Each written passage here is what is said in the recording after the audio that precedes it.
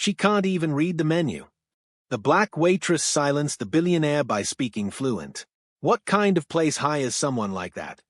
She can't even read the menu. She probably doesn't even know where she is. The voices weren't loud. They didn't need to be. They were sharp, precise, directed like knives at a single point. It was 8:43 p.m. on a rainy Thursday night. The dining room of Maison Celeste buzzed with the muted clink of forks against porcelain, the polite hum of jazz, the soft rustle of napkins. Inside, everything gleamed: silverware, wine glasses, even the low laughter of money. The restaurant was expensive, quiet in the way that said, "If you belong here, you don't need to prove it." But now, all of that had frozen. Every table turned toward the sound. A man in a tailored navy suit, cufflinks winking like teeth, was leaning back in his chair, lips curled into a slow, arrogant smile. His wife, all bones and jewelry, sat next to him with an empty expression, as if she was simply observing a mildly distasteful painting. Across from them, the young waitress, black apron neatly tied, white shirt pressed, hair coiled tight, stood still, a leather-bound menu held politely at her waist. Her name tag read, Tasha. She hadn't flinched. Not visibly, but the room had. That's when she spoke. Not in English, in French, then in Mandarin, then Arabic. The couple blinked. The woman's wineglass stopped halfway to her mouth. The man straightened. And Tasha, calm, unshaken, unblinking, recited every item on the tasting menu in fluid sentences, each word slicing cleaner than the one before. The silence was now heavy, not just quiet. She finished with a nod, bowed slightly, and turned to walk away. But the man's voice cut in, smaller this time. "Wait, how do you know all that?" Tasha stopped. She didn't look back. "Because I graduated summa cum laude," she said, her voice steady. "In linguistics. From Yale." Then she turned, met his eyes, and asked, "Would you like the wine pairing with that?" A pause. Then, the sound of one person clapping. Who was it? Why? And what happened after that? Tasha had been up since 5 a.m. She always got up early, partly because her body had learned to run on cheap coffee and sunlight, mostly because she needed the quiet. She lived in a second-floor apartment off Maple Avenue, a block away from the dollar store and 2 from the laundromat. The apartment was small but hers. No roommates, no noise, just silence, a chipped ceramic mug, and whatever book she was trying to escape into that week. Today it was The Interpreter of Maladies. She liked stories about language, about people trying to say things they didn't have the words for, or people who had all the words but no one to say them to. The sun hadn't come up yet, but she was already halfway dressed, apron ironed, earbuds in. Jazz in one ear, the sound of her neighbor arguing with her boyfriend in the other. It was a Thursday. That meant double shift, lunch rush and dinner service. But also tips. She needed the tips. Student loans didn't care about perfect GPAs. Yale was a great name on paper. But when your mom gets sick halfway through your junior year and you're sending money home every week, it stops feeling prestigious and starts feeling heavy. Heavy like working 6 days a week and watching your degree hang crooked on the wall while you refill water glasses for people who think linguistics is a type of pasta. She didn't complain. Not out loud. Complaining never did much for her. Not when her mom was coughing through chemo and couldn't afford another missed day of work. Not when Tasha was 16 and told her guidance counselor she wanted to apply to Ivy Leagues and the counselor just blinked and said, "Sweetie, you should try a local college first." Not when she walked into her first shift at Maison Celeste and the head waiter did a double take and said, "You're the new hire." Like he hadn't expected her to be her. Tasha just worked, and read, and dreamed in 3 languages. She had a system. Smile. Take the order. Repeat it back. Be invisible. Keep the tone light. Be pleasant. People tipped more when they forgot you were a person. But that night, something broke. It started with the rain. It had been pouring since late afternoon, soaking the sidewalks and turning the streetlights into blurry halos. Customers came in damp and irritable. The kind of rich that hated inconvenience. The kind of hungry that made them mean. And then the reservation came in, Mr. Charles Green, party of 2. It didn't mean anything at the time. Just another white guy in another suit. But when he arrived, it shifted the room. Not because he was famous, though Tasha noticed the maître d' all but bow, but because of how he acted. He didn't just walk in. He claimed the space. He laughed too loud, snapped his fingers at the hostess, dropped his coat like it was beneath him to carry it. His wife followed behind him like a ghost with lipstick. They were seated at Tasha's table. She walked over, gave the same greeting she always did. Good evening. Welcome to Maison Celeste. My name is Tasha. May I start you with some sparkling water? She handed him the menus. That's when it happened. He took the menu, scanned it, looked up, smiked. Can she even read this? He asked his wife, loud enough for the table next to them to hear. Then, louder. She can't even read the menu. His wife gave a small, performative laugh. Like this was just another joke in a long list of things she didn't really care about. Tasha froze, only for a second, but she felt it. Like her whole self had been dropped into ice. She could feel the eyes. The room had gone still. People pretending not to watch, pretending they didn't hear, waiting to see what she would do. They expected her to shrink, apologize, maybe smile awkwardly and walk away. Instead, she set the menu down, slowly, calmly, and said, "Would Monsieur prefer to hear it in French?" She didn't give them time to answer. She just began. Flawless French, smooth and practiced, rolled off her tongue. She watched his eyes flicker. Then Mandarin, crisp, clipped tones, each syllable exact. Then Arabic, deep and rich, her voice steady. By the time she reached the dessert section, the entire restaurant had turned silent. It wasn't just about the languages. It was about the way she held herself. The way she didn't blink. The way she didn't look away. She wasn't performing. She was reminding him. Reminding everyone. She had every right to be here. More than him, maybe. She had worked for it. And now she had everyone's attention. But then, someone clapped. Just once. A single, sharp clap from the back of the room. And the question hung in the air. Who just stood up? And why was the billionaire's face turning pale? The clap echoed once and then stopped, sharp and clean like the crack of a gun. It cut through the hush, turning heads. Tasha turned too. In the far corner of the dining room, past the velvet booths and candlelit tables, a woman was rising from her seat. Late 40s, maybe. Dark blazer, pressed shirt, no jewelry. Not flashy, but not invisible either. You didn't notice her until she wanted you to. Now that she was standing, you couldn't not notice her. She held a glass of red wine, full but untouched. She wasn't clapping anymore, just watching the table. Watching Tasha. Watching him. Charles Green, the billionaire. His smirk had vanished.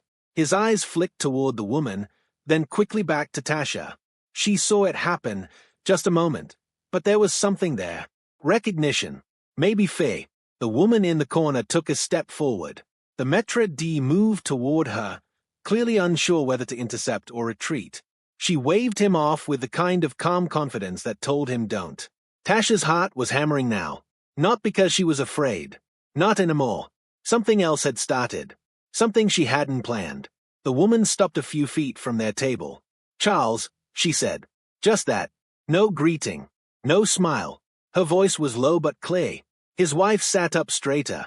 Charles looked like someone had cracked a window and let all the warmth out. "You haven't changed," the woman continued. "Still small. Still talking louder when you're insecure." Tasha felt the breath catch in her chest. She wasn't the only one. A busboy paused mid-step.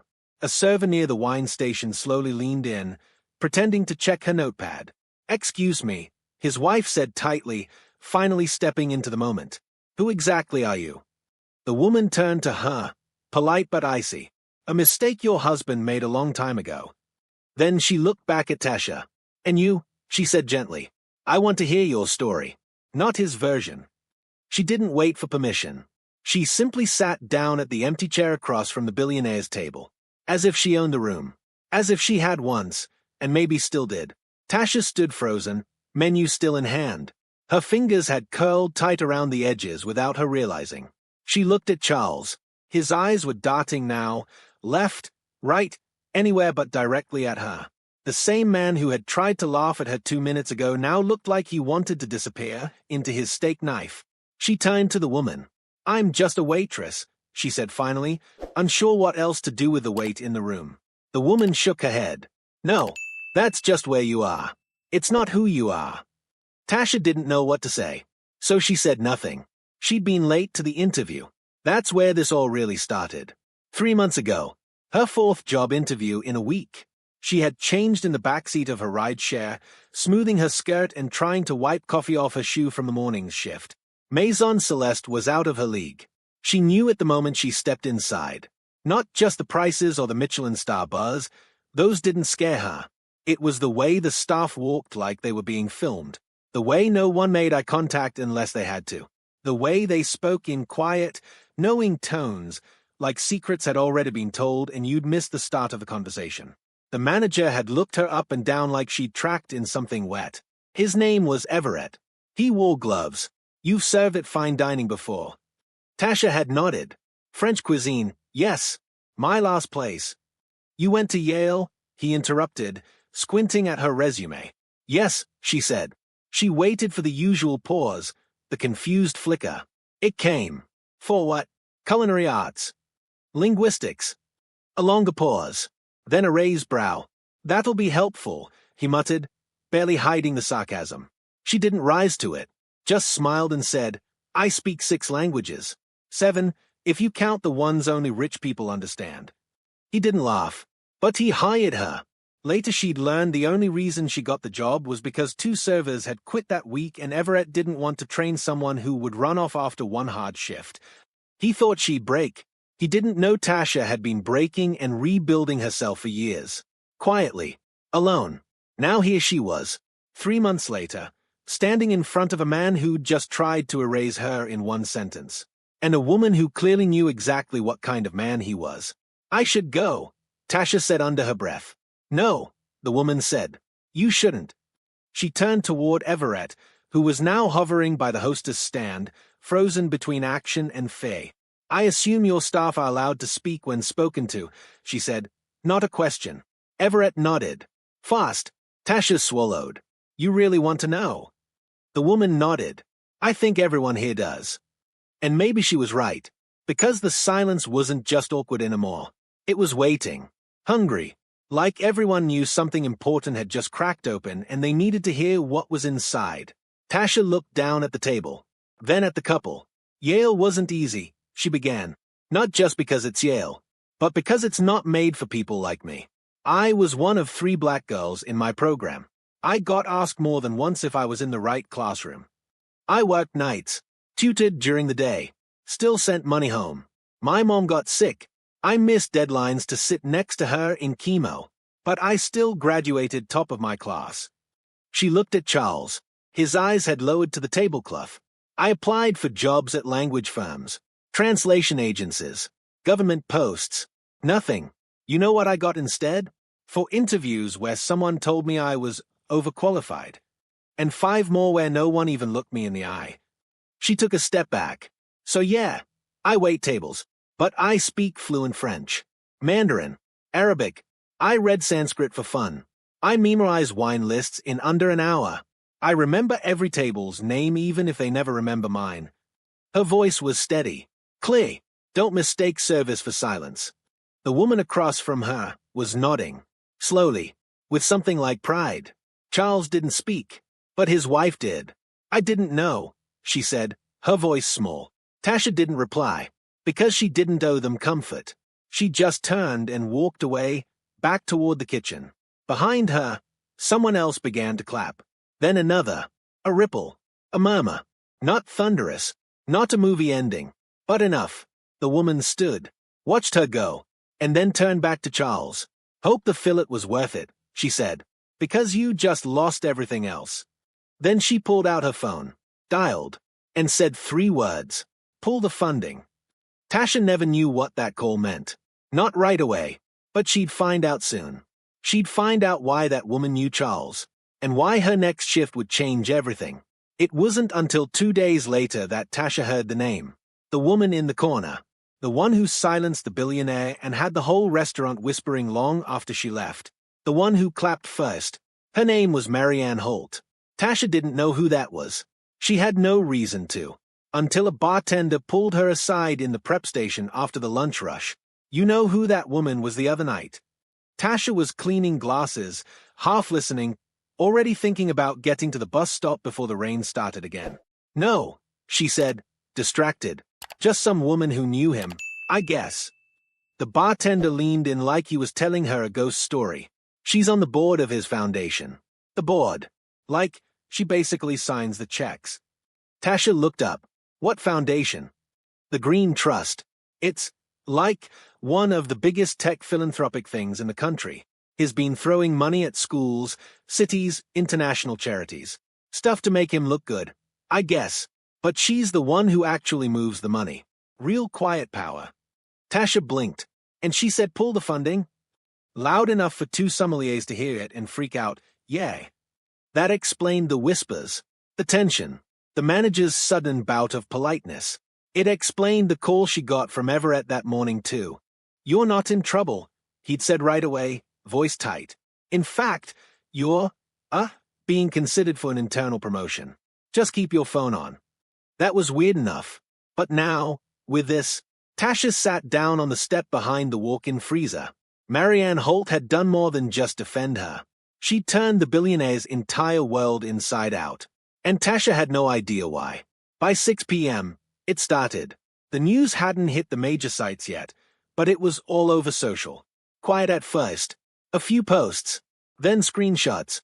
Billionaire Charles Green under board review after public altercation. Video leaked from Maison Celeste, woman in power suit confronts Charles Green. Who is the waitress? Tasha's name wasn't in them. Not yet, but she saw the video. A blurry 30-second clip from someone's phone, angled low, catching just enough. Her voice was clear. So was his. She can't even read the menu. Would Monsieur prefer to hear it in French? That part was everywhere now. TikTok, Instagram Reels, Twitter threads titled Say It Louder, Queen. By the time Tasha got home, her phone had 18 missed calls. 3 from Everett, 1 from someone labeled private contact, and 14 from her mom. Her apartment felt too quiet. The fridge hummed. Her book still sat on the arm of the couch, open to the same page she'd left it 3 nights ago.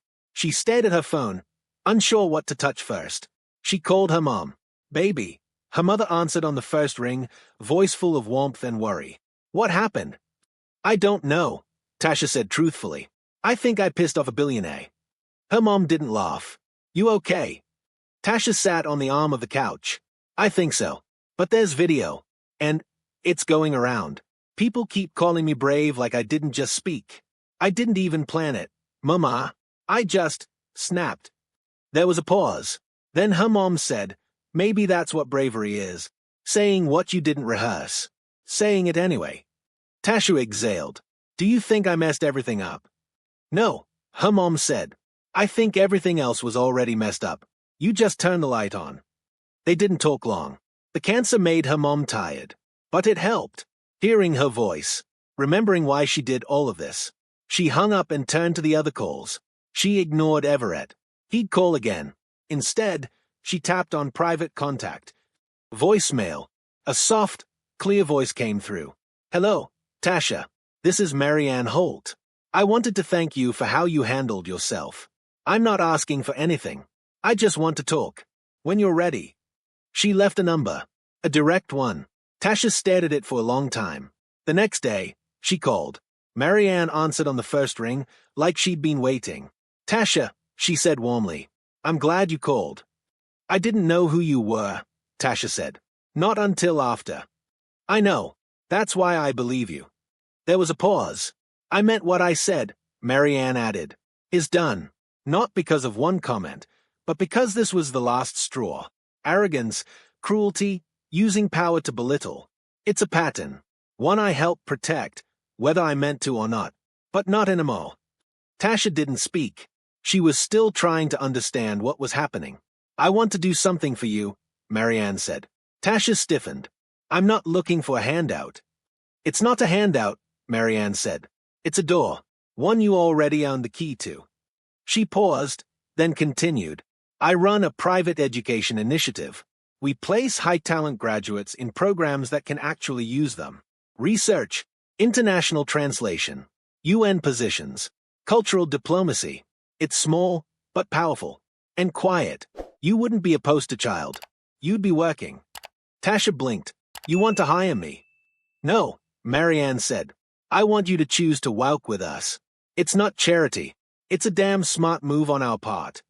Tasha almost laughed. Almost. She didn't say yes. Not yet. She told Marianne she needed a day. Then she went to work. The kitchen felt different now. Like people saw her. Like the hush around her had turned into space instead of judgment. Even Everett kept his distance. That night, she worked table 7. A man in his late 20s sat alone, laptop out, scribbling into a notebook. Clearly a grad student, probably stretching a gift card. Polite, nervous. She brought him water. He looked up, stayed for a second too long. You're her, he said. From the video. Tasha didn't reply, just waited. He flushed. Sorry. I wanted to say thank you. I'm in linguistics too. You made me feel like I wasn't crazy for being here. Tasha smiled then. Small. Real. You're not crazy, she said. You're just early. He laughed, nervously, then turned back to his menu. She walked away. That night, she took the call. I'm in, she told Marianne. But I won't be anyone's symbol. Marianne replied, Good. We've got enough of those. What we need is someone fluent. Tasha smiled. I can do fluent. Somewhere across the city, Charles Green sat in his penthouse, watching his empire unravel. Lawyers on hold, PR teams scrambling, investors pulling out, and a single headline looped across the screen. She can't even read the menu. The waitress who spoke 7 languages and silenced a billionaire. Tasha had never ridden in a black car service before. She'd seen them pull up outside Maison Celeste every night, sleek, glassy, spotless, and watched rich people disappear into the back seats like stepping into another universe. But this morning, as one pulled up in front of her apartment complex on Maple Avenue, she hesitated. Was it really for her? The driver stepped out, checked a name on his screen, and nodded at her. Ms. Tasha Reed. She almost laughed. No one said her full name like that. Not without a clipboard in their hand or a bill to collect. Yes, she said. Then she slid into the back seat like the floor might vanish underneath her. The ride took her past everything she used to call possibility. The public library where she studied before Wi-Fi was reliable at home. The cafe that let her sit for hours with a single drink while she translated homework into French, then English, then back again to make sure she understood it. The school where she first taught ESL to her neighbors' kids. All those places had been her training ground. Her life. But this, the address on the driver's screen said Holt Foundation, 41st floor, Carnegie Tower. The building itself glittered like it had been designed to not just house power, but reflect it in every direction. The elevator was silent. Too fast. She barely had time to breathe. When the doors opened, she was greeted by soft lighting, the smell of new paper, and a woman at a white marble desk who stood the moment she saw her. You must be Ms. Reed. Marianne is expecting you. Not can I help you? Not do you have an appointment? Just certainty. Tasha followed the assistant down a hall lined with quiet art. No loud branding. No plaques. Just stillness. Marianne stood at the end, wearing dark pants, a pale blue blouse, and a look of calm that felt more like armor than fashion. She smiled when she saw Tasha. You came. Tasha smiled faintly. I'm still not sure why. Marianne gestured toward the window. Because the world doesn't open doors for people like you and me. So when one actually swings open, you check what's on the other side. Tasha looked out. The city stretched in every direction, sharp and indifferent. But from up here, it felt navigable. Like a puzzle instead of a trap. Marianne handed her a slim folder. Inside were details. Real ones. 3 potential placements. One with a translation team embedded in the UN Peacekeeping Department, working across French, Arabic, and Spanish. One with a historical linguistics archive out of Berlin, digitizing endangered languages. And one in D.C., working in policy through the State Department's Cultural Attach Office. Each option came with pay. Real pay. Benefits. Travel. A team. Each one recognized what she knew, not what she had been made to do in a restaurant, but what she had earned the right to become. Tasha stared at the pages. Her hands didn't tremble, but her chest did. Quietly, she looked up. Why me? Marianne's Saturday. Her tone dropped. Because I've sat in boardrooms with men like Charles for years. I let them talk over people. I let them make decisions for communities they'd never visited. I thought I could do more from the inside. But I was wrong. You showed me what speaking out really looks like. She paused. And because your voice made people stop. Not everyone's does. Tasha swallowed hard. So I'd be what? A success story? Proof that the system works if you're good enough? No, Marianne said. Sharper now. You'd be the one rewriting who the system listens to. Tasha didn't respond. She couldn't yet. Not until she knew if she wanted this or if it was just the only door open. That night, she walked to her mom's place. The apartment was small. Smaller than hers. But it always smelled like something familiar.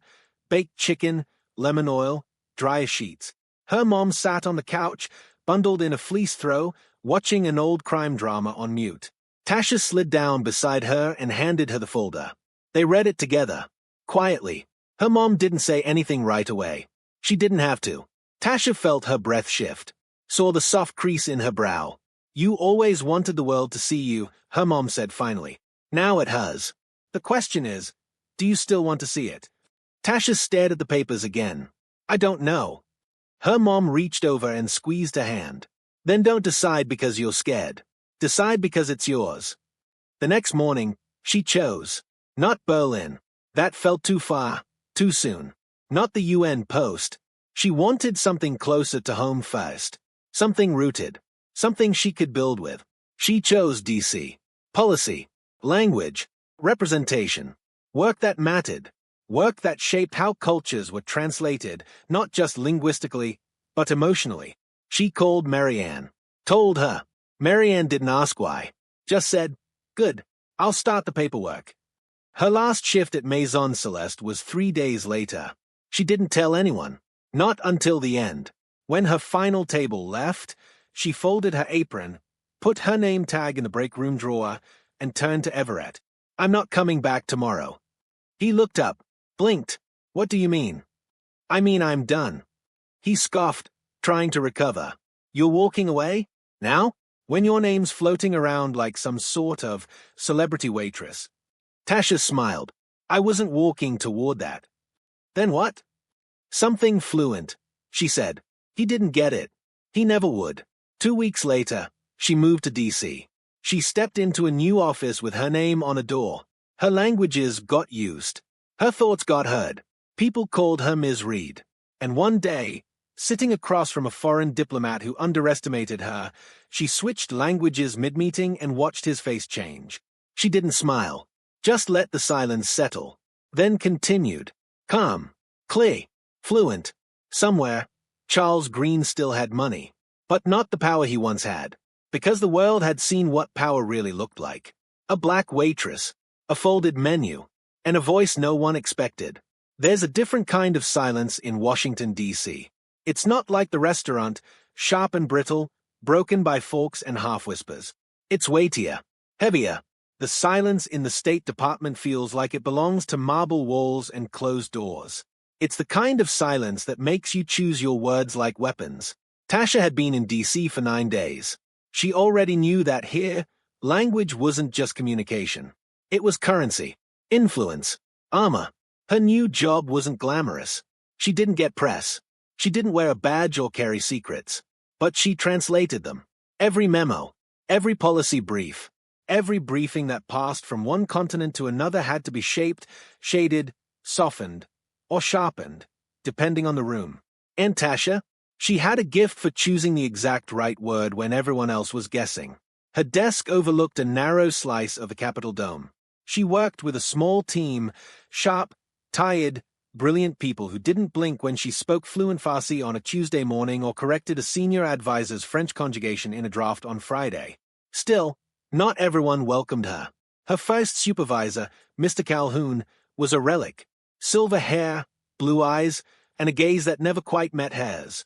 You're the one from that video, he said on her first day, reading her file with that neutral tone government folks loved. Yes, she replied, keeping her shoulders square. He didn't smile. Well, Let's hope you're here for more than drama. I am, she said. I'm here to work. He nodded once, then handed her 4 folders and walked away. Welcome to Washington. The first month tested her. The hours were brutal, the deadlines tighter. She often sat in the office past 9, the only one still typing, eyes red from reading 2 sets of languages side by side. And the content? It wasn't theory anymore. It was real. She was translating briefings for envoys in Jordan, conflict reports out of Sudan, trade negotiations with French-speaking African nations. Every sentence mattered. One wrong word could tilt perception, collapse a fragile deal, shift the whole message. She thrived under the pressure, quietly, not with ambition, but precision. She didn't chase credit, but the right people noticed. And then came the day they brought her into the room. Friday, rain in the forecast, 6:35 p.m. Most of her office had cleared out. Tasha was finishing a report in French when someone knocked on her glass wall. It was Lena, one of the department leads.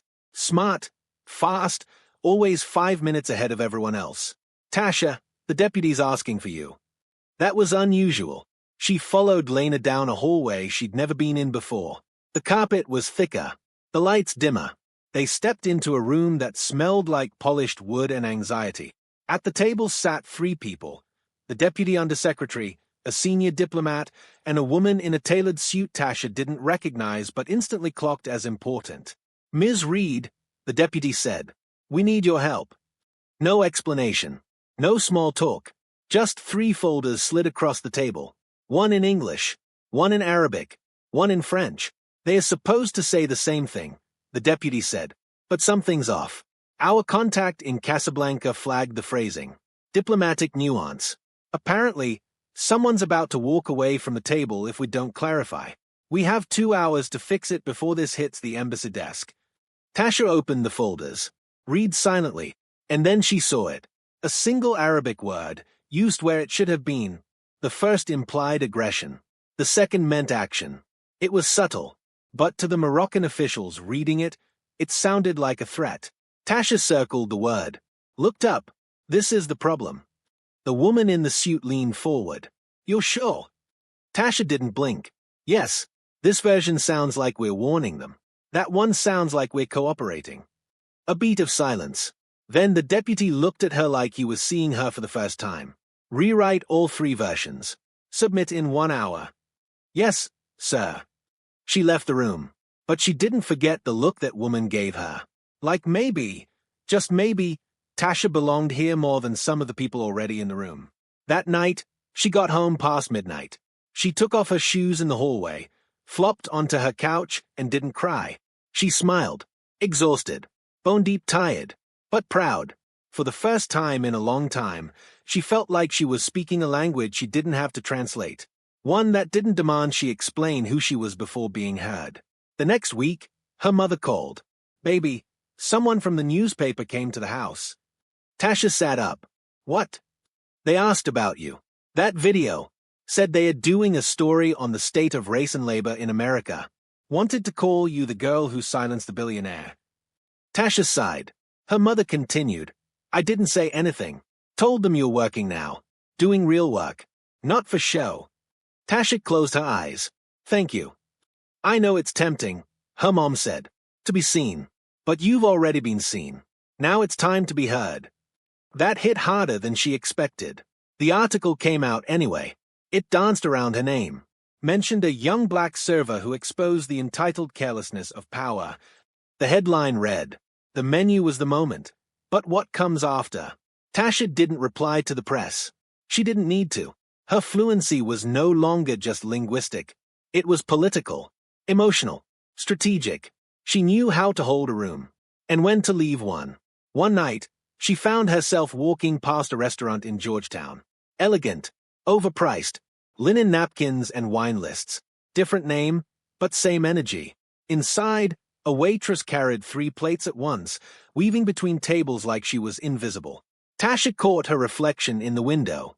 Clean coat, head high, purpose behind her. She didn't need to go in. She already knew the menu. Somewhere, someone would always try to speak over her. But she didn't need to shout anymore. She just needed to speak. And when she did, The room always changed. The email arrived at 3:12 a.m. Tasha was already awake. She couldn't sleep much these days, not out of worry, but something else. A kind of momentum that wouldn't let her rest. That, and the habit of surviving too long on too little. Her body still hadn't learned she was safe. She opened the email on instinct. Government subject lines were always vague, like they were afraid to say what they really meant. Subject, language priority brief, confidential review. From Office of Cultural Strategy. Inside was an attachment labeled confidential, internal brief for Strategic Cultural Advisors, Level 2. Her name was on the recipient list, only 6 names total. No intro, no explanation. But the moment she opened the document, she sat straight up. It wasn't just a translation job. It was a draft policy proposal, written by someone high up, filtered through layers of diplomatic tone. But its real point was obverse. The U.S. was considering tightening cultural exchange visas, especially from volatile language regions.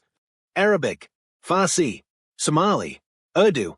It used phrases like logistical containment and targeted visibility, but Tasha saw the quiet implication. It was profiling dressed up as protocol, control disguised as diplomacy, and someone had marked it for her eyes. Was it a test? Was it a trap? Or was someone hoping she'd say something before the wrong person signed off on it? At 8 a.m. sharp, she was waiting outside Lena's office. Lena opened the door with a tired smile. "You look like you didn't sleep." "I didn't," Tasha said. "Can we talk?"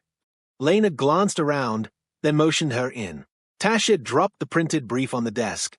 "This is a problem," she said. No preamble, no soft landing. Lena scanned it. Her face didn't change, but her hands froze. "Who sent this to you?" "Internal review loop.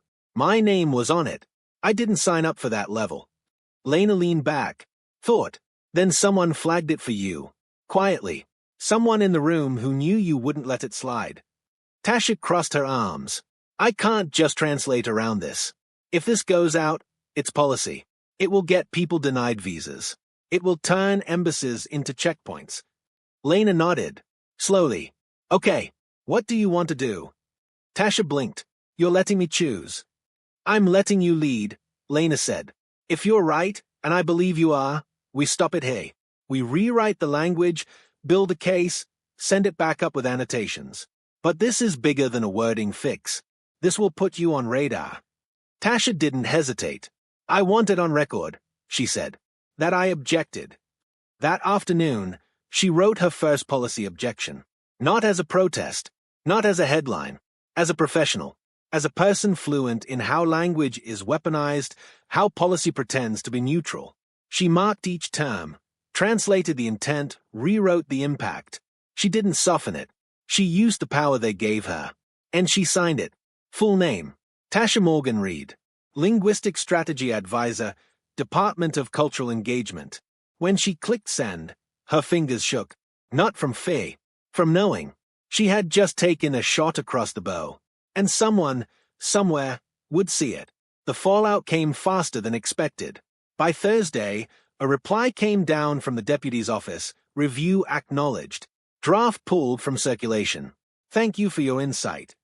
That was it. No meeting. No reprimand. No praise. Just silence. But a different kind. The kind that meant something shifted. Friday afternoon, Lena pulled her aside. I need you in a meeting next week. Closed door. Real suits. Not translation. Presentation. You're going to walk them through what you did and why. Tasha stared. You want me to brief them? No. I want you to teach them, Lena said. They don't understand what words do. You do. The following Tuesday, she walked into a room that looked like every intimidating room she'd ever imagined. Wood-paneled walls. National seals. 4 men in suits. 1 woman. 1 long table. Tasha wore her best blazer. No jewelry. Hair tied back. No notes. They introduced her as a strategic voice. She took a breath and began. She didn't speak loudly, but they leaned in. Because when Tasha spoke, she didn't just explain how the words were wrong. She explained what those words would do. Who they would reach. How they'd sound to a family waiting for a visa interview. To a student who grew up speaking Arabic in a country that already didn't trust her. She translated the human cost. Not into numbers. Into language. The one thing the room couldn't ignore. Afterward, no one clapped. This wasn't a dinner party. But the woman at the end of the table, her name was Rachel Dawson, Undersecretary for Policy Innovation, stood and offered her hand. You ever think about going into foreign service directly? Tasha didn't flinch.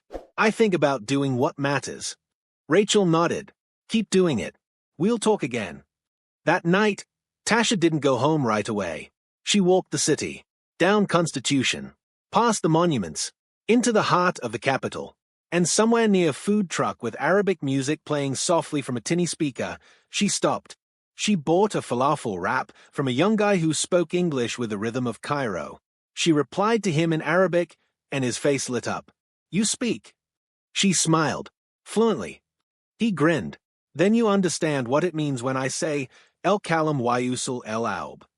She did. Words reached the heart. She walked back home as the city exhaled into evening. Her inbox had 3 new messages, all internal. One titled, Cultural Advisory Board, Reform Recommendations. Another, Panel Invite, Language and Power, a Global Roundtable. And one from Marianne Holt. No subject, just 3 lines. Still watching. Still proud. This is what I meant. Doors don't close behind women like you anymore. Tasha closed her laptop, sat quietly, and said, out loud, to no one, I get it now. She wasn't here to be a symbol. She was here to translate power. And the room? It would always change. Because now, she was in it. The call came from Maison Celeste. Tasha hadn't expected that name to flash across her screen again. Not after everything. She almost didn't answer. Almost let it ring into silence. But curiosity is a muscle, and hers was well trained. She picked up. Tasha Reed. A pause. Then, it's Everett. She hadn't heard his voice in months, but it still sounded like it was trying not to flinch. I didn't know who else to call. It was a dishwasher. 19. Quiet kid named Louis. Immigrant family. Papers barely sorted. Someone had filed a complaint, an anonymous customer, claiming Louis had spoken to another employee in Spanish in front of guests and made them uncomfortable. Everett didn't explain how the complaint had gotten escalated all the way to corporate. He just said, they want to fire him. I tried to stop it. I can't, but maybe you can. Tasha sat in silence. You think I can fix this? She asked, evenly. I think they'll listen to you now. That landed wrong. Not because it wasn't true, but because it was. They would. Now. Because she was someone. Because she'd been seen. Heard. Broadcast. Quoted. She was fluent, not just in words, but in value. That was the real language of America, visibility. She hated that it took going viral to matter. But if that power meant she could protect someone else, she'd use it. The next day, she walked back through the glass doors of Maison Celeste. Same crystal chandeliers. Same polished floors. Same feeling that everything in the room was judging whether you belonged. But this time, she didn't shrink. She didn't wear an apron. She wore her DC badge. Not as a threat, but as a mirror. Everett met her at the host stand, pale and sweating.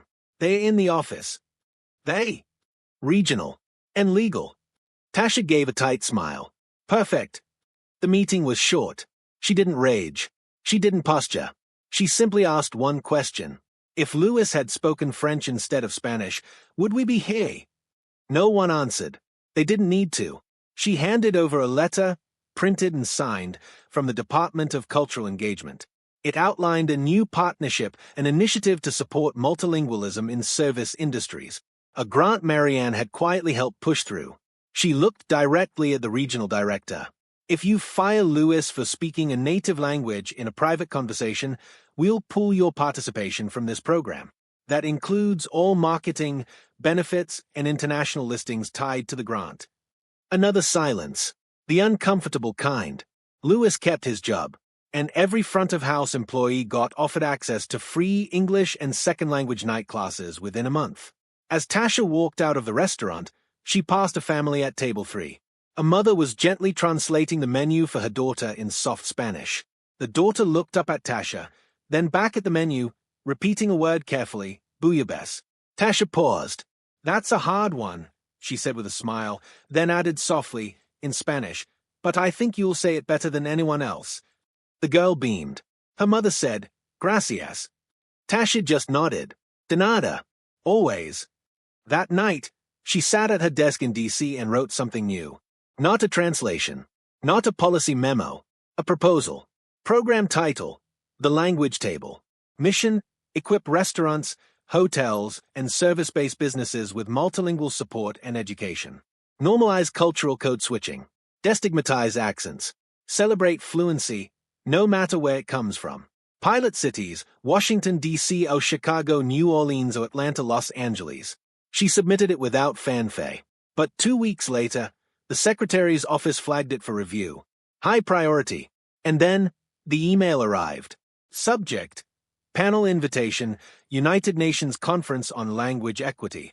Location: Geneva, Switzerland. Theme: Voices Unmuted, Language as a Tool of Global Justice. The note was brief. "We would be honored if you'd speak. We've been following your work. We believe your story begins where others stop telling theirs." Tasha read the message twice. Then once more. She didn't cry. She didn't smile either. She just whispered, "This isn't luck. This is the part they never let us reach." The night before her flight to Geneva, she stood in front of her bathroom mirror. She didn't try on outfits. She didn't rehearse a speech. She just looked at herself. Looked at her hands. These hands had cleared plates, counted tips, translated trauma. Now, they were going to turn pages in a different room. At the airport gate, she paused before boarding. Checked her phone. A message from Louis. "Thank you for not leaving me behind. I want to be like you someday." She replied, "No, be better." Then she put her phone away and walked toward the plane. Not away from her past, but forward, fluent, fierce, and fully present in the room they said she'd never enter. Geneva wasn't what Tasha expected. It didn't feel loud or historic or impossibly elegant the way people often described European cities. It felt precise, measured. Everything had weight and stillness, as if the air itself expected you to have something important to say. The United Nations compound was no different. Security lines were silent, ID checks brisk, and everyone walked like they were late to something important. Tasha didn't know exactly when it hit her. Maybe when the UN-issued badge clicked around her neck. Maybe when she caught sight of herself in the glass wall near the assembly chamber, buttoned blazer, minimal makeup, translator headset tucked into her bag like a weapon. Or maybe it was when she passed the flag hall, every nation's colors waving at once, and realized she was no longer walking under anyone's ceiling. She was walking inside her own voice. And this time, she was invited. The panel wasn't small. 6 speakers, 100 in the audience, plus press, live stream, interpreters stationed at booths behind glass like conductors in a linguistic orchestra. Tasha's name was printed on a slim silver placard. Ms. Tasha Reed, Cultural Strategy Advisor, United States. The moderator introduced her last. Ms. Reed comes from a background not just in linguistics, but lived translation. She's worked in policy, education, advocacy, and hospitality. But what brings her here isn't just her resume. It's her refusal to let language become a wall instead of a bridge. Tasha took the MIC with both hands, and the room waited. "I was a waitress," she began, simply. No flourish, no script. I carried plates for people who couldn't pronounce the dishes, but had the power to tell me I didn't belong. I was spoken over, spoken about, dismissed in the same language I later used to correct them. A few in the audience smiled. One nodded. She continued. "Language is a currency, yes, but it's also a weapon. In the hands of power, it excludes. It silences. It reduces people to accent or threat. But in the hands of the right person, it can rebuild trust. It can open borders.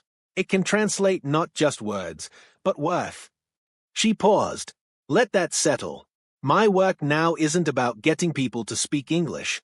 It's about getting institutions to listen in other languages." She could see it in the room, the shift, the straightened backs, the stilled fingers of the note-takers. They were hearing her, not just decoding her words. They were understanding. After the panel, Tasha found herself mobbed by handshakes, questions, invitations to coffee. A woman from Senegal pressed a card into her hand and whispered, "They didn't know they needed you. Now they can't unhear you." But the most surprising moment came when a man approached with cautious energy. Late 50s, elegant suit, French accent thick like syrup. "You don't remember me," he said gently. She didn't. "I was at the table behind the Billionaire that night." Tasha's breath caught. "I wanted to speak, but I didn't. I just watched you stand there and hold the room together." He smiled, small and sad. "I've thought about that every week since." She didn't know what to say, so she just said, "You're here now." He nodded, then said something she hadn't expected to hear again in years. "Tu étais la voix de tout le monde ce soir-là." You were everyone's voice that night. Back in her hotel room, she finally let it happen. She sat down on the edge of the bed, phone still in her hand, badge still around her neck, and cried, not because she was sad, but because she wasn't anymore. Later, she called her mom. "I spoke today," she said. "I know," her mom replied, voice soft with pride. "I've already seen the clips." There was a pause. "You didn't stumble once," her mom said. "Not even a syllable." Tasha laughed through her tears. "I guess I'm fluent now." "No, baby," her mom said. "You've always been fluent. Now you're finally free to speak like it." The next morning, Tasha opened her email. There was a message from the UN's Department of Cultural Preservation. They were launching a new multilingual education initiative. They wanted her to lead it. Pilot cities in Africa, South Asia, Latin America, curriculum, hiring, public outreach. They called it Project Rephrase.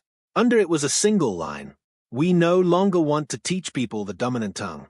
We want to help them find their own voice." Tasha sat back. This wasn't a job. It was a legacy. She walked back to the conference one last time before her flight. Past the stone steps. Past the quiet flags. At the gate, a woman asked to see her badge. Tasha held it out, but the woman waved her through. "I know who you are." The world still had billionaires. Still had Everett types.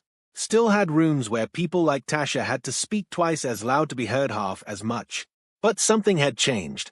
Because Tasha wasn't just in the room anymore. She was building the next one. And everyone, every child who'd been told their voice was too rough, too accented, too other, would have a place at the table.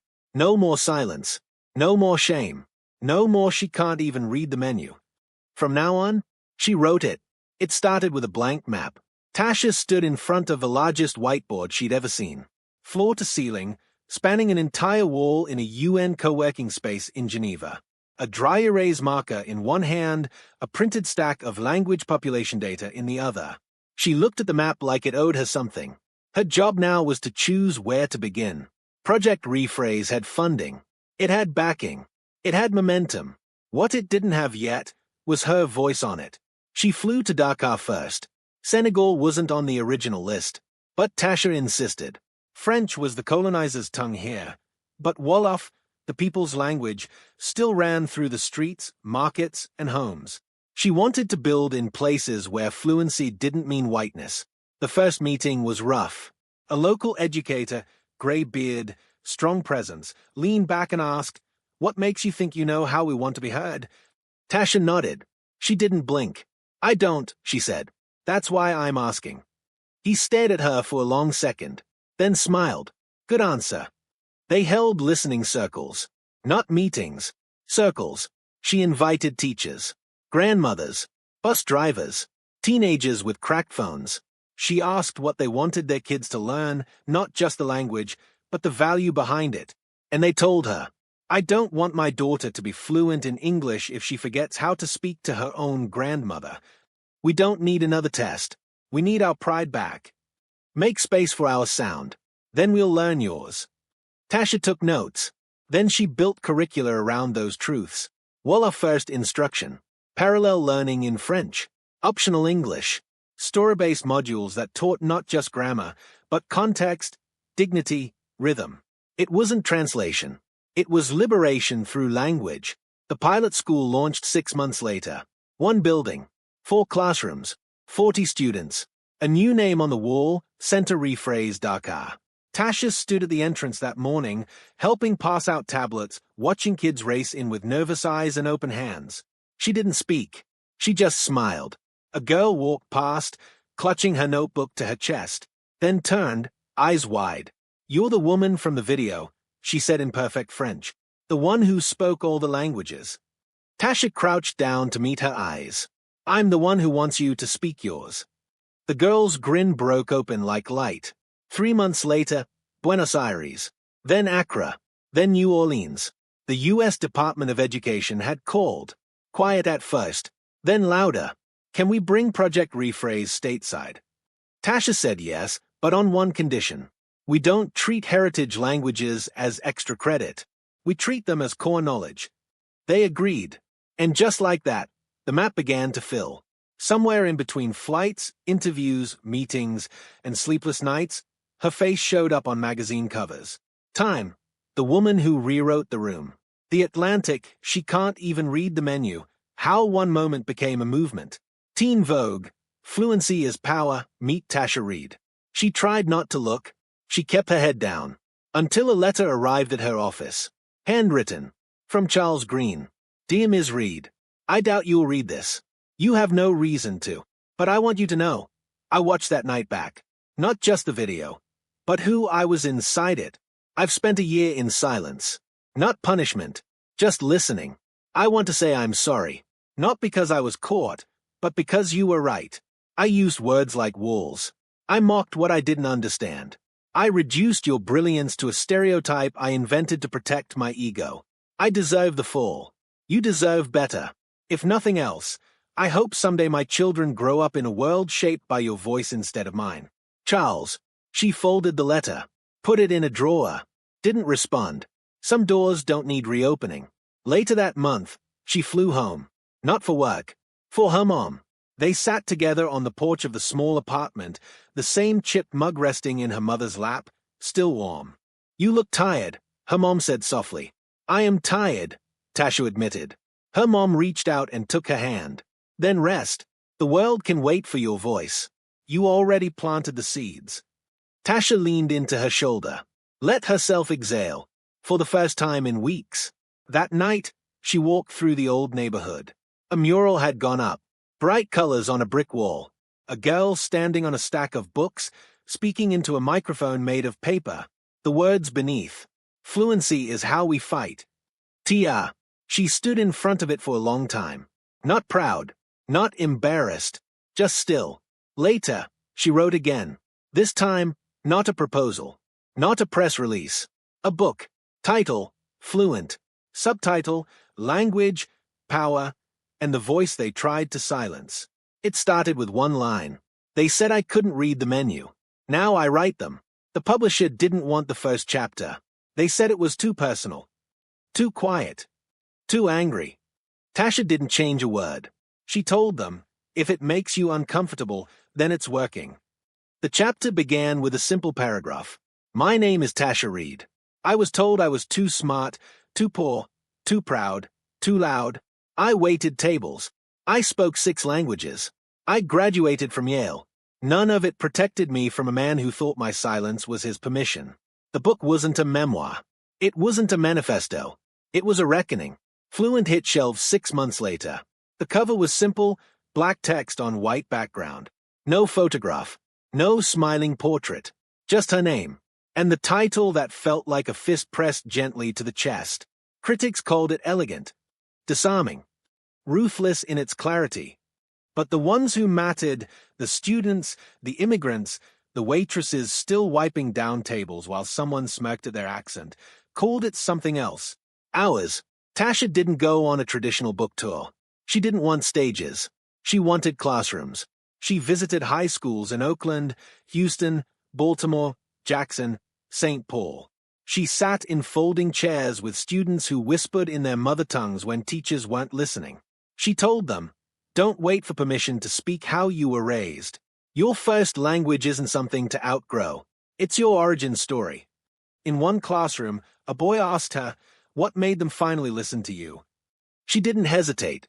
"I stopped waiting for them to." The night before her final reading, she returned to Yale, this time as a guest lecturer.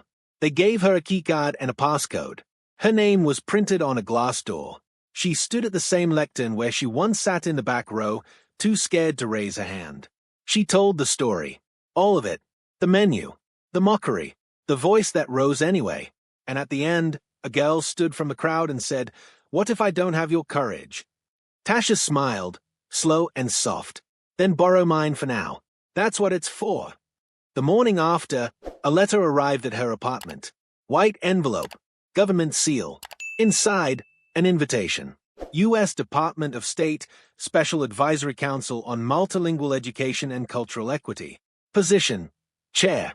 Tasha didn't smile right away. She just ran her fingers over the print. She remembered being 22, begging for unpaid internships, being told she was impressive but not quite what we're looking for. And now, she was what they were looking for, because she hadn't stopped speaking. She took the job, not to prove anything, but to open the door wider. She hired staff who spoke 5 languages but hadn't finished college. She built partnerships with immigrant-led nonprofits. She created a national database for public schools to apply for funding to build language support programs. Every time someone asked, "Why this? Why now?" she answered, "Because culture doesn't survive translation. It survives being honored." She never saw Charles Green again, but she heard through Marianne that he sold his stake in the Green Trust. Quietly, privately, Marianne donated her final board compensation to Project Rephrase. And then she stepped aside. "This was always supposed to be yours," she said. Years passed. The program grew. Tasha's name became a footnote in some articles, a headline in others. But she didn't care about legacy. She cared about fluency, not just in language, but in self. She wanted kids to grow up fluent in their own voice. One day, in a cafe in Berlin, a young barista overheard her ordering in German. "Wait," the girl said, squinting. "Are you the woman from that story?" Tasha raised an eyebrow. "Which one?" The girl smiled. "The one who shut down the billionaire." Tasha leaned in. "No, I didn't shut him down." The girl looked confused. "You didn't?" Tasha shook her head. "I just opened my mouth." And the room did the rest. Back in D.C., she visited a classroom where one of her earliest students, Louis, was now a teacher. The kids were learning in English, Spanish, and Yoruba.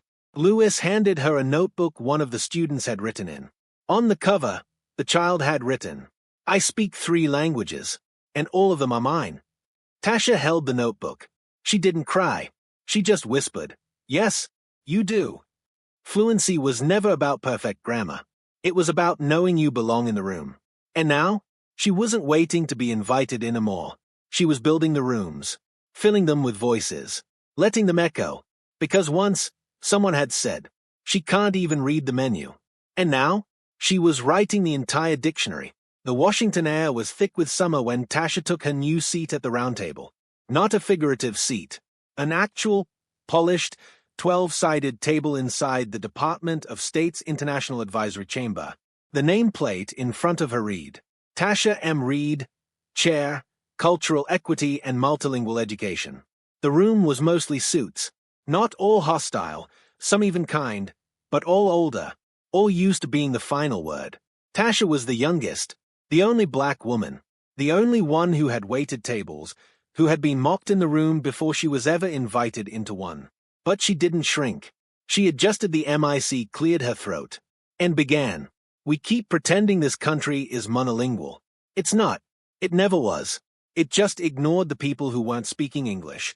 There was a pause. She could feel the temperature shift, not from disagreement, but from attention. One of the older members, a professor from the Midwest, raised a hand. "What are you proposing, Ms. Reed?" Tasha turned a page in her folder.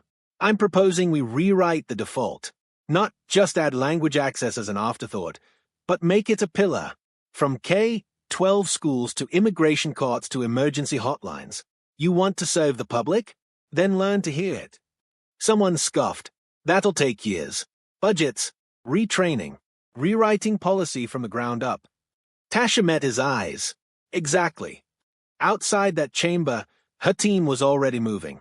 The Language Equity Initiative had launched a series of public grants. Small businesses that trained their staff in cultural code switching got reimbursements. Schools that offered bilingual outreach received bonuses. Hospitals began adapting intake forms in 10 languages, not just English and Spanish. And most of all, community-led programs started springing up from the neighborhoods no one used to fund. One of them came from a town in Mississippi. A fourth-grade teacher emailed her. "We used your curriculum. Now my kids take turns leading language days. Last week, a boy who never speaks in class taught us 5 phrases in Vietnamese. The other students clapped for him. He cried, 'Thank you for reminding us that language isn't a barrier.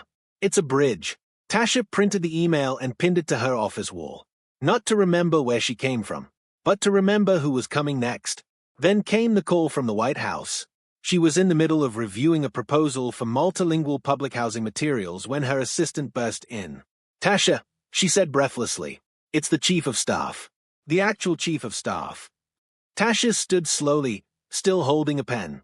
On the other end, a crisp voice. "We'd like you to join the President's Council on Inclusive Policy. We've never had a linguistic equity chair before, but we think the time is right." Tasha didn't say yes right away. Instead, she asked, "Will this be performative or participatory?" A beat of silence. Then, "If we wanted performance, we wouldn't have called you." She accepted. Her first briefing at the West Wing was surreal. The walls were lined with portraits of power. Men, mostly. Men who had shaped laws and history. She didn't feel small among them. She felt intentional. The president, older, thoughtful, shook her hand gently. "I read your book," he said. "It made me realize I've only ever been fluent in one language. And that's not enough anymore." Tasha smiled. "It's a start." The council meetings were long, tedious at times, political by nature. But she used every moment. She spoke on prison forms being translated with Google instead of humans. On ICE officers mistaking silence for guilt. On refugee children losing their native tongue by age 10 because their schools labeled them disruptive for speaking it in hallways. She spoke without apology, because silence had never protected her. One day, at the end of a long session, a young staffer caught up to her in the corridor. "I just wanted to say," she said, eyes wide, "I'm from Jamaica. My grandma only speaks patois. I grew up translating for her at grocery stores and hospitals. For a long time, I was embarrassed." She swallowed. "But then I saw your story. And now I'm applying to be a professional interpreter." Tasha placed a hand on her shoulder. "You already are one." Late that night, back at her apartment, she reread a quote scribbled on her whiteboard. A student from one of her early workshops had said it during a group session in New Orleans. "Sometimes I feel like my voice has to wear a uniform to be allowed in the room." She'd written it down without realizing how much it echoed in her bones. That's what Project Rephrase had always been about. Not making people fluent in the dominant language, but fluent in themselves. A year into her appointment, her mother called. "You got time to come home for a few days?" "I always have time for you." They didn't talk about the news coverage or the op-eds or the invitations. They sat on the porch, ate dinner in silence, watched the streetlights blink into the evening. After dinner, her mom pulled something from a drawer, a laminated newspaper clipping. The headline read, "She can't even read the menu." How Tasha Reid changed the language of power. Under it was a picture of Tasha speaking in Geneva, hands midair, eyes focused. Her mom said, "I keep it to remind myself that sometimes the world gets it wrong at first, but it always catches up." Tasha smiled, not because it was true, but because she knew now how to make it happen. She never returned to Maison Celeste, but she heard it closed 2 years after her viral moment. A new cafe opened in its place, owned by a Senegalese-American couple. Multilingual menus, no dress code, and every table had a little sign that read, "All languages welcome here." Tasha visited once, quietly, left a $500 tip with a note. For the girl who thought her accent had to be quiet. The invitation came embossed in gold foil. Hand-delivered. Global Justice and Human Rights Summit. Keynote address, Tasha Reid. Location, United Nations General Assembly Hall, NYC. It was the kind of room where careers were made or broken in 30 minutes.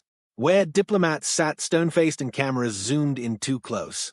Where applause was polite, not honest. But Tasha didn't feel nerves.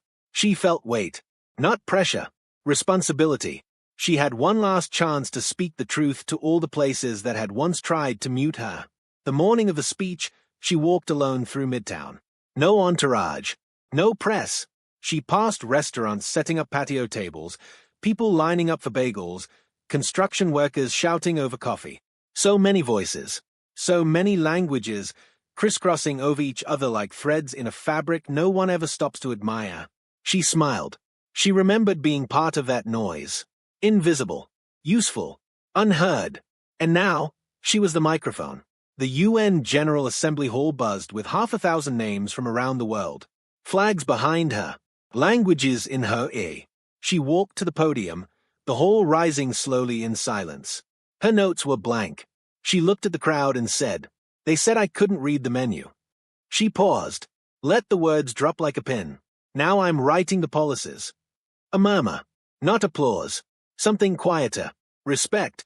She continued, "I want to tell you about a girl who worked double shifts and spoke 6 languages but was told she sounded unprofessional. About a boy who stopped speaking Somali in the hallway after getting detention for disruptive behavior. About a woman who translated for her dying father in a hospital that didn't think to hire a single interpreter." She looked straight into the lens, into the whole world. Language has never just been about words. It's about access, to rights, to dignity, to safety. When we deny people the right to speak in their own voice, we're not just erasing a culture, we're erasing a life. So here's what I believe, and what I've given everything to prove. There is no such thing as a foreign tongue. Only a world that hasn't learned how to listen yet. Now the applause came. Not thunderous, but rising, deep. A woman from Kenya stood. Then a man from Lebanon. Then Brazil. Then Japan. Then the room. All of them, standing. Tasha stepped back from the mic and smiled, not because she had spoken, but because they had heard. A week later, she sat in the back row of a local public school in Queens. No cameras, no press, just second graders doing language show and tell. One girl stood at the front of the class, shy but brave. "My name is Amina," she said, "and today I want to teach you how to say thank you in Pashto." The class repeated the word, "Man Anna." Amina's face lit up. Tasha watched, tears pricking the corners of her eyes. This was the future she'd spoken into being. A room full of children who would grow up thinking fluency was freedom. Years from now, no one would remember every speech, every headline, every program, but they would remember how they felt when they heard someone speak the truth fluently and fully in the voice the world once tried to silence. They would remember that she didn't change things by yelling. She did it by refusing to shrink, by knowing her words had worth, by making the room listen. They said, "She can't even read the menu." But in the end, the truth was louder. She didn't just read it. She rewrote it.